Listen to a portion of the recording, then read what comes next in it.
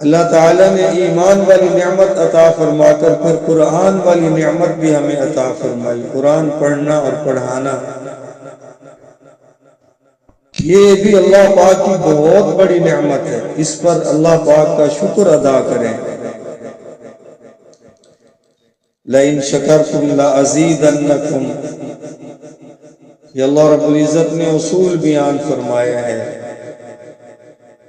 کہ اگر تم میری نعمتوں پر شکر گزاری کرو گے تو وہ میں نعمت آپ کے اوپر ہمیشہ برقرار رکھوں گا۔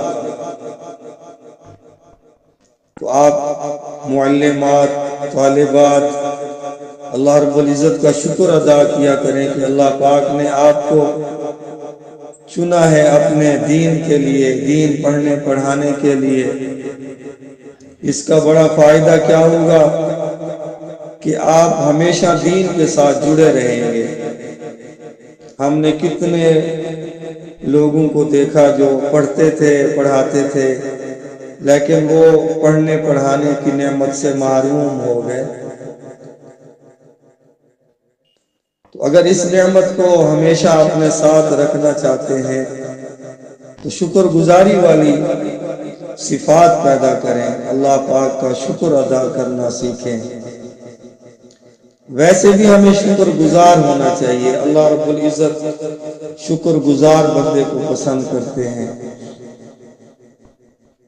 ہمارے مرشد حافظہ اللہ تعالی تو بار بار فرماتے ہیں کہ کوشش کیا کریں ایک تسبیح شکرانے کی بھی ادا کیا کریں، الحمدللہ الحمدللہ الحمدللہ رب العالمین۔ رات کو جب سونے لگیں تو دن والی نعمتوں کا استحضار کر کے اللہ پاک کا شکر ادا کریں۔ سارا دن عافیت کے ساتھ گزرا، اللہ نے صحت دیے رکھی، اللہ تعالیٰ نے بیماری سے بچائے رکھا، اللہ تعالیٰ نے حادثے سے محفوظ رکھا، اللہ تعالیٰ نے آنکھیں سلامت رکھی، اللہ تعالیٰ نے پاؤں سلامت رکھے، اللہ تعالیٰ نے نمازیں پڑھنے کی توفیق عطا فرمائی۔ تو اللہ تعالیٰ کی شکر گزار بندے بنے۔ اور ایک بڑا اچھا جملہ ہے، بلکہ دعا سمجھ لیں، ایک تسبیح شام کو ہو جائے، الحمدللہ علی کل نعمت، الحمدللہ علی کل نعمت، اے اللہ میں ہر نعمت پر آپ کا شکر ادا کرتا ہوں، ہر نعمت پر آپ کا شکر ادا کرتا ہوں۔ پھر اس میں ساری نعمتیں اپنے ذہن میں رکھیں، ایمان والی نعمت، اسلام والی نعمت، نماز پڑھنے والی نعمت، قرآن پڑھنے والی نعمت، دین سیکھنے والی نعمت، دین سکھانے والی نعمت، اخلاق والی نعمت، بڑوں کا ادب و احترام کرنے والی نعمت، بہت ساری نعمتیں ہیں ہمارے۔ تو آپ شکر گزار بنیں۔ سب سے پہلی میری آپ سے گزارش یہی ہے، پڑھنے والے، پڑھانے والے، یہ اس میں ہمارا کوئی کمال نہیں، اللہ رب العزت کا خاص فضل اور احسان ہے۔ اللہ تعالیٰ نے ہمیں اپنے علم کے ساتھ جوڑا ہے، اپنے دین کے ساتھ جوڑا ہے۔ دوسرے نمبر پر جو معلمات ہیں بہنیں، ان سے گزارش ہے کہ اپنی نفل نمازوں کے بعد، فرائض کے بعد دعاؤں میں اپنی طالبات کو یاد رکھیں، ان کے لیے دعاؤں کا معمول بنائیں۔ اللہ تعالیٰ نے کام لیا قرآن مجید کی خدمت کا حضرت مولانا قاری رحیم بخش صاحب نور اللہ مرقدہ سے۔ آپ نے 40 سال جامعہ خیر المدارس ملتان میں پڑھایا۔ لکھا ہے کہ ایک دن بھی آپ نے چھٹی نہیں کی۔ مسلسل قرآن مجید کی خدمت کرنے والے، وہ فرماتے تھے کہ استاذ کو چاہیے رات کو تہجد کی نماز کے بعد اپنی طالبات کے لیے یا طلباء کے لیے، ان کی کامیابی کے لیے، قرآن مجید کی پختگی کے لیے، یا اگر کتابیں پڑھنے والے طلباء و طالبات ہیں ان کے لیے یوں دعا کرنا کہ اللہ ان کو کتابیں صحیح طرح پڑھنے کی توفیق عطا فرما، کتاب سمجھنے کی توفیق عطا فرما۔ اور پھر ان کو کتاب پر عمل کرنے کی توفیق عطا فرما، اور ان کو ساری زندگی قرآن مجید اور حدیث و فقہ کی خدمت کے لیے قبول فرما۔ اس طرح سے استاذ دعائیں کرنے والے بنے، جس طرح والدین کی دعائیں اولاد کے حق میں جلدی قبول ہوتی ہیں، اسی طرح طالبات کے حق میں معلمین و معلمات کی دعائیں بہت قبول ہوتی ہیں۔ ایک کام یہ بھی کرنا ہے کہ محض کتاب کو رٹا لگانا مقصود نہیں ہے۔ وفاق المدارس کے امتحانات میں ہماری بچیاں کامیاب ہو جائیں، یہ نیت کافی نہیں ہے۔ اصل تو آپ کی نیت یہ ہونی چاہیے، بلکہ بچیوں کا ذہن بنائیں۔ پڑھنے پڑھانے کا مقصد میرا اللہ مجھ سے راضی ہو جائے۔ جتنی پڑھنے والی بچیاں بیٹھی ہیں، معلمات بیٹھی ہیں، ابھی سے دل ہی دل میں اللہ کے ساتھ رابطہ کریں، اور اگر نیت کوئی اور پہلے تھی اس کو آج سے ختم کر دیں، اپنی نیت کی اصلاح کریں اور کہیں اے اللہ ہمارا پڑھنا آپ کے لیے، ہمارا پڑھانا آپ کے لیے، ہم پڑھیں گے، ہمیں حلال و حرام کا علم ہوگا، حلال پر عمل کریں گے، حرام سے بچیں گے، ہم علم حاصل کریں گے، ہمیں اللہ کی معرفت حاصل ہوگی، جناب نبی کریم صلی اللہ علیہ وسلم کی سنتوں کا علم ہمیں ہوگا تو ہم سنتوں پر عمل کرنے والے بنیں گے۔ یہ نیت ہونی چاہیے۔ حضرت امام بخاری رحمہ اللہ، بخاری شریف انشاءاللہ آپ اگلے سال پڑھیں گے، اللہ تعالیٰ ہم سب کو عمل کی توفیق عطا فرمائے۔ تو اس میں سب سے پہلے امام بخاری رحمہ اللہ یہی حدیث لائے ہیں، انما الاعمال بالنیات، کہ اعمال کا دار و مدار نیت پر ہے۔ اگر ہماری نیت ہی فاسد ہے تو پھر ہمارا سب پڑھنا پڑھانا فضول ہے۔ اگر ہمارے ذہن میں یہ ہو کہ ہمیں کوئی کہے گا کہ آپ تو عالم ہیں، آپ عالمہ ہیں، اس لیے میں پڑھ رہی ہوں یا پڑھ رہا ہوں، یا پڑھا رہی ہوں یا پڑھا رہا ہوں، یعنی نیت کچھ سے کچھ ہو گئی نا، تو اللہ رب العزت کے ہاں بجائے ثواب کے الٹا گناہ ملے گا، اور اس پر ہمیں اللہ پاک کی طرف سے بڑے عذاب کا خطرہ ہے۔ اس لیے تصحیح نیت بہت ضروری ہے۔ اس طرح ہم نماز پڑھتے ہیں کہ میرا اللہ مجھ سے راضی ہو جائے، روزہ رکھتے ہیں میرا اللہ مجھ سے راضی ہو جائے، زکوٰۃ دیتے ہیں میرا اللہ مجھ سے راضی ہو جائے۔ اسی طرح ہم قرآن پڑھیں یا پڑھائیں، کتابیں پڑھیں یا پڑھائیں، ہماری نیت کیا ہو؟ میرا اللہ مجھ سے راضی ہو جائے۔ اللہ کو منانا بھی ہے، اپنی دعاؤں میں خاص طور پر اللہ کو منانا۔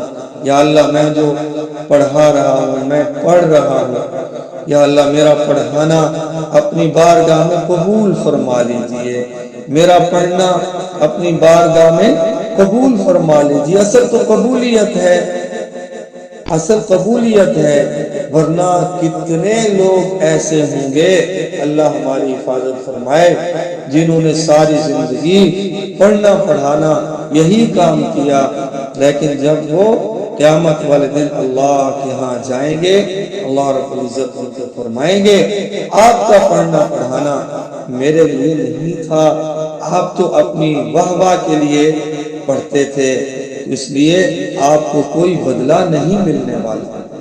تو یہ کتنی بڑی پریشانی والی بات ہو گئی بھائی۔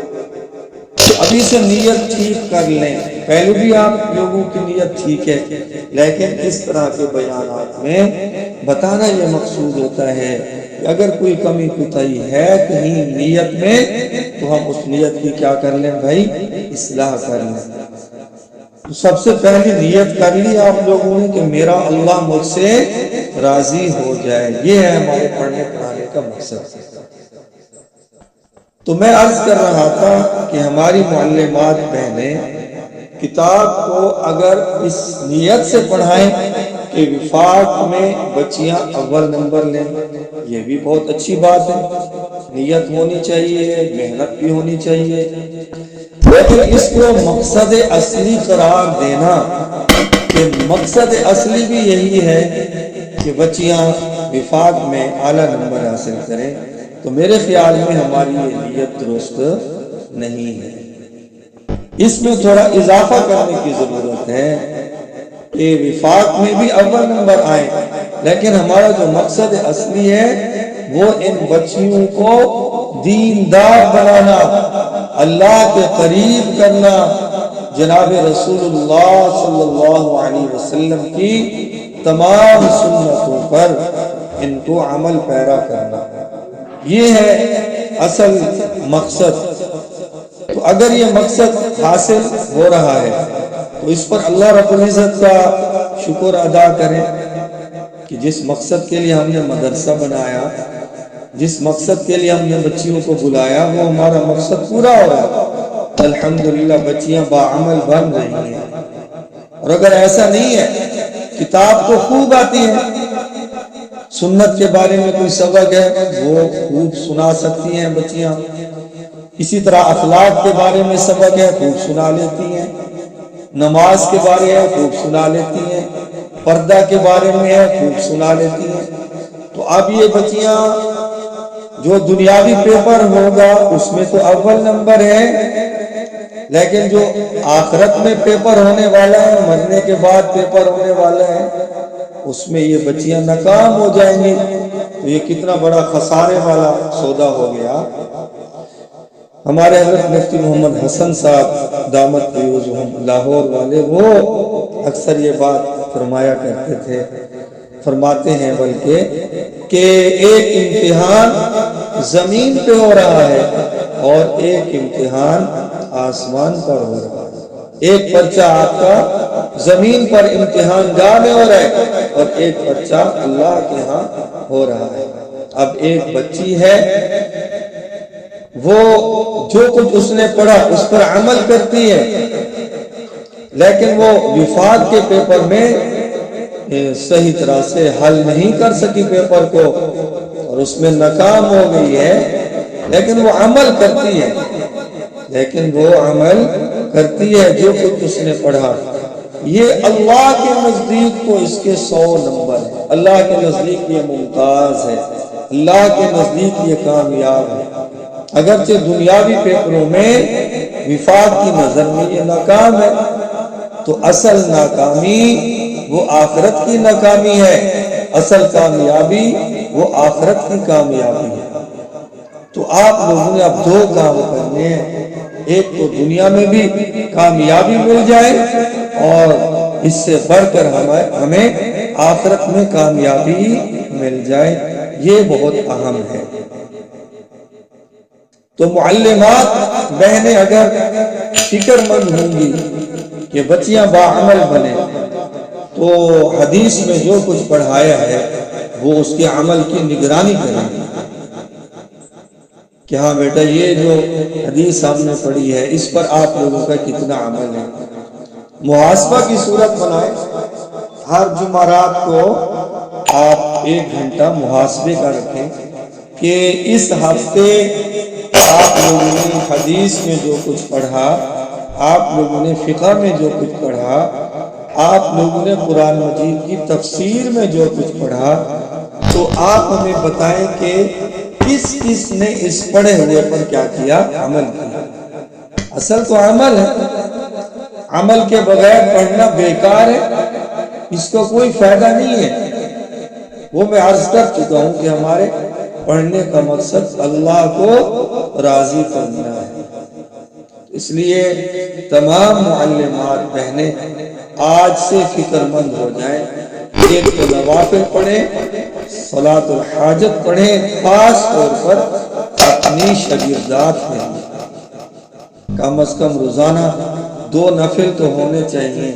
جب آپ جامعہ میں آتی ہیں پڑھانے تو گھر سے یا پھر جامعہ میں آ کر 2 رکعت صلاۃ الحاجت پڑھیں، یا اللہ مجھے صحیح طرح سے پڑھانے کا فن عطا فرما دیجیے۔ صحیح طرح سے سمجھا سکوں، مجھے وہ الفاظ، وہ انداز عطا فرما دیجیے۔ اور اے میرے ربا، پڑھنے والی بچیوں کو نیک بنا دیجیے، صالحات بنا دیجیے، تقوی والی بنا دیجیے۔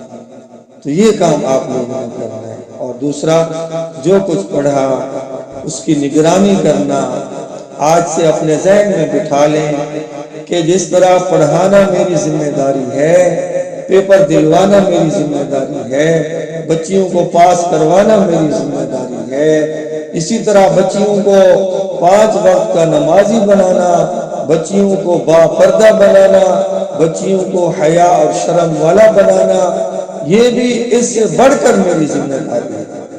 جب بہنوں آپ اس کو ذمہ داری سمجھ لو گی تو انشاءاللہ تعالی اللہ تعالی اس کو وجود عطا فرما دیں گے، اور آپ کا جامعہ انشاءاللہ باعمل بچیوں سے بھر جائے گا۔